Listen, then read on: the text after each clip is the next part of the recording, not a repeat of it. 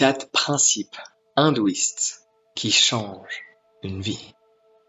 Alors comme tu le sais déjà, j'ai étudié pas mal de religions, principalement l'hindouisme, le taoïsme et le bouddhisme. Je ne suis pas religieux, mais c'est assez intéressant de mettre en pratique certains des principes de certaines religions quand elles ont un impact bénéfique dans la vie que l'on mène aujourd'hui. Donc ce qu'on va ensemble, 4 principes hindouistes qui vont avoir un impact bénéfique dans la vie que tu mènes aujourd'hui et celle que tu vivras demain. Premier principe à mettre en place, celui de la vérité. To see the truth as it is. Voir la vérité telle qu'elle est, non pas telle qu'elle n'est pas, non pas telle que tu aimerais qu'elle soit, voir la vérité telle qu'elle est. Et souvent on a tendance à le faire. Il y a des situations, des sentiments que l'on a ou qu'une autre personne a. On a tendance à se voiler la face parce qu'on veut tellement voir les choses d'une certaine manière que l'on n'observe pas la réalité telle qu'elle est. C'est ça la vérité. Voir la réalité telle qu'elle est, non pas telle qu'on aimerait qu'elle soit. Quand une personne n'a plus les mêmes sentiments, quand tu n'as plus les mêmes sentiments envers une personne, se voiler la face ne sert à rien. Voir les choses telles qu'elles sont, voir la vérité, te permet d'avancer. Donc premier principe, voir la vérité, voir la réalité telle qu'elle est, et non pas telle que tu aimerais qu'elle soit. Ne pas être optimiste, ne pas être pessimiste, être réaliste. Second principe, ahimsa, principe de non-violence. Faire en sorte, malgré qu'on ne peut pas contrôler les émotions d'une personne, ce qu'une personne ressent à travers ce qu'on lui dit, comment on se comporte, on a parfois des petits indices que si on va crier sur quelqu'un, on va être violent envers quelqu'un, physiquement, psychologiquement, on sait que ça va blesser la personne, on sait qu'on va être violent. On ne peut pas contrôler l'interprétation de la personne, mais avec un peu de bon sens, on sait que parfois, il y a certaines actions qui ont un résultat néfaste dans la vie d'une autre personne, telles que manger de la viande. C'est contraire au principe de non-violence, parce que tu te doutes bien que l'animal qui n'est plus en vie, il aurait peut-être aimé être en vie. Donc, ahimsa, le principe de non-violence, c'est un principe qui t'aide à te sentir bien dans ta vie parce que tu sais que tu ne vas pas produire de la violence, tu ne vas pas produire de la souffrance, tu ne vas pas participer à une extinction massive de certains animaux. Pour prendre l'exemple de l'alimentation, mais ce principe de non-violence s'applique également dans la vie de tous les jours à travers ta manière de te comporter et ta manière de dialoguer avec les gens qui t'entourent. Donc le principe de non-violence fait en sorte de ne pas faire souffrir volontairement qui que ce soit un animal, tel que nous, humains, ou un animal terrestre, marin, volatile et autres. Le principe de non-violence.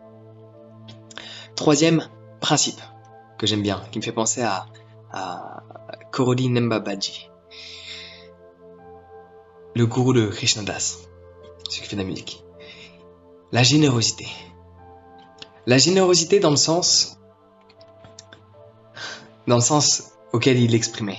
Cette personne en question, Nem Korodi Bahaji, il disait, on lui posait la question, comment aligner ses chakras? Sa réponse était, feed people. Oh, yeah. Laisse-moi répéter ça. On lui posait la question, comment aligner ses chakras? Sa réponse était, nourrir les gens. Il ne disait pas des choses basées sur des principes et des pratiques. Il te disait d'être généreux, d'aller nourrir les gens avec de la dévotion, avec de l'amour. Et c'est comme ça que tu vas t'aligner. Non pas en écoutant une personne te raconter des conneries à travers des écouteurs en te disant que c'est de la méditation alors que cela est une relaxation guidée pour aligner tes chakras et t'élever vers l'au-delà. Non, just feed people. La meilleure des réponses qui soit. Nourrir les gens, c'est une des choses les plus humbles qui soit. Nourrir les gens.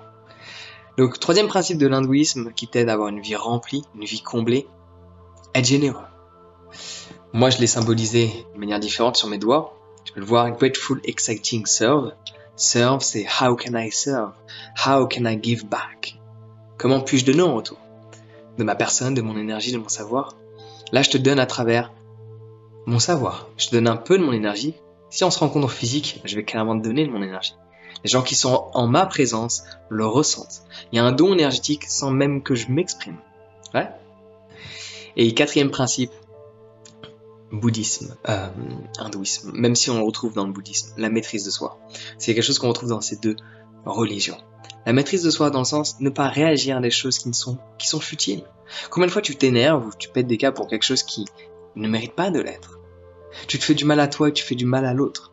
Donc du coup, en ne respectant pas le principe de maîtrise de soi, dans certains cas de figure, tu ne respectes pas le principe de non-violence, de ahimsa. Ouais. Maîtrise de soi, savoir contrôler ses émotions. Non pas dans le sens je veux absolument les contrôler, mais arrêter de se faire servir par elles. Enfin, pour être plus exact, arrêter qu'elles se servent de nous. C'est à toi de te servir d'elles. C'est à toi de choisir l'interprétation que tu as du ressenti. Et non pas au ressenti de contrôler l'émotion qui te parcourt.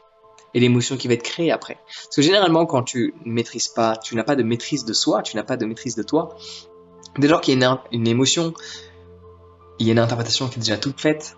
Généralement, il y a d'autres émotions qui se cumulent. Et parfois, ça finit aux mains. Prendre cet exemple. Il y a eu une frustration qui s'est transformée en énervement, qui s'est transformée en colère, qui s'est transformée en haine, et qui s'est transformée en violence physique. Tout ça parce que la personne n'a pas su avoir de maîtrise de soi.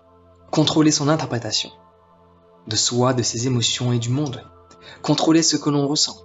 L'intensité dans laquelle on le ressent. Et également sa durée, qui est l'élément le plus simple à contrôler.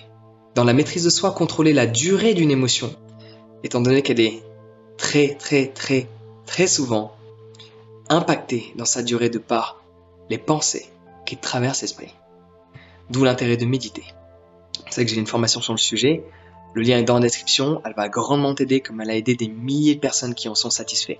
Regarde tous les témoignages que les gens ont laissés, inscris-toi à ma formation sur la méditation et tu vas pouvoir concrètement voir la réalité telle qu'elle est, non pas telle que tu aimerais qu'elle soit, mais telle qu'elle est.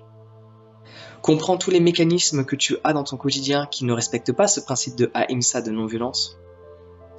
D'avoir davantage envie de générosité parce que tu seras davantage en accord avec le moment présent. Et quand on est présent, on voit quand quelqu'un a besoin de nous.